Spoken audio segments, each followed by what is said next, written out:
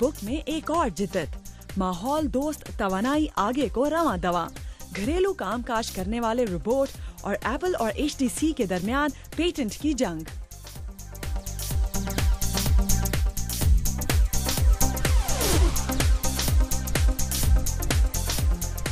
Tokyo में किताबों की एक नुमाइश हुई जिसमें सस्ते एडिशनों के साथ साथ उनके मुकाबिल यानी महंगे एडिशन भी मैदान में थे। इस नुमाइश में इलेक्ट्रॉनिक किताबें या ई बुक बनाने वाले 150 इदारों ने भी अपनी मसनूआत पेश की।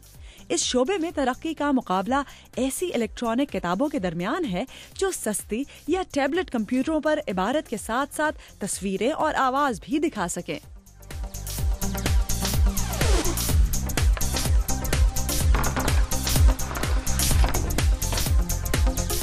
अक़वाम मुत्तहदा के अदादो-शुमार के मुताबिक गुज़श्ता बरस माहौल दोस्त तवानाई के ज़राए में सरमायाकारी रिकॉर्ड 32% इजाफे के साथ 211 अरब डॉलर तक पहुँच चुकी है। इस मैदान में तरक्की पजीर मुल्कों ने पहली बार अमीर मुल्कों को पीछे छोड़ते हुए बार बार काबिले इस्तेमाल तवानाई के बड़े बड़े मंसूबों में सरमाया लगाया है। हुकूमतों की सतह पर भी तहकीक और तरक्की की मद में सरमायाकारी 120% इजाफे के साथ 5 अरब डॉलर तक जा पहुंची है।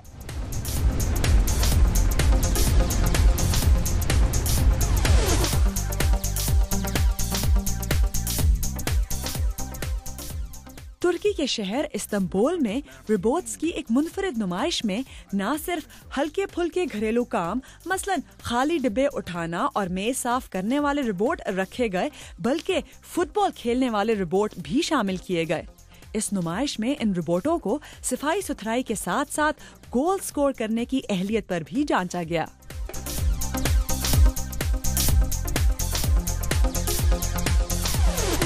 मोबाइल फोन बनाने वाले मशहूर इदारे एप्पल ने अपने हरीफ इदारे HTC पर एप्पल की मसनूआत चोरी करने का इल्जाम आयद किया है।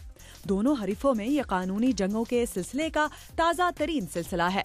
चंद हफ्ते पहले एप्पल और एक और इदारे सैमसंग के दरमियान भी ऐसा ही तनाज़ा पैदा हुआ था और दोनों ने एक दूसरे पर अपनी अपनी टेक्नोलॉजी और डिजाइन की चोरी का इल्जाम लगाया था। ताहम ताइवानी कंपनी HTC ने एप्पल के इल्जामात को रद्द कर दिया है।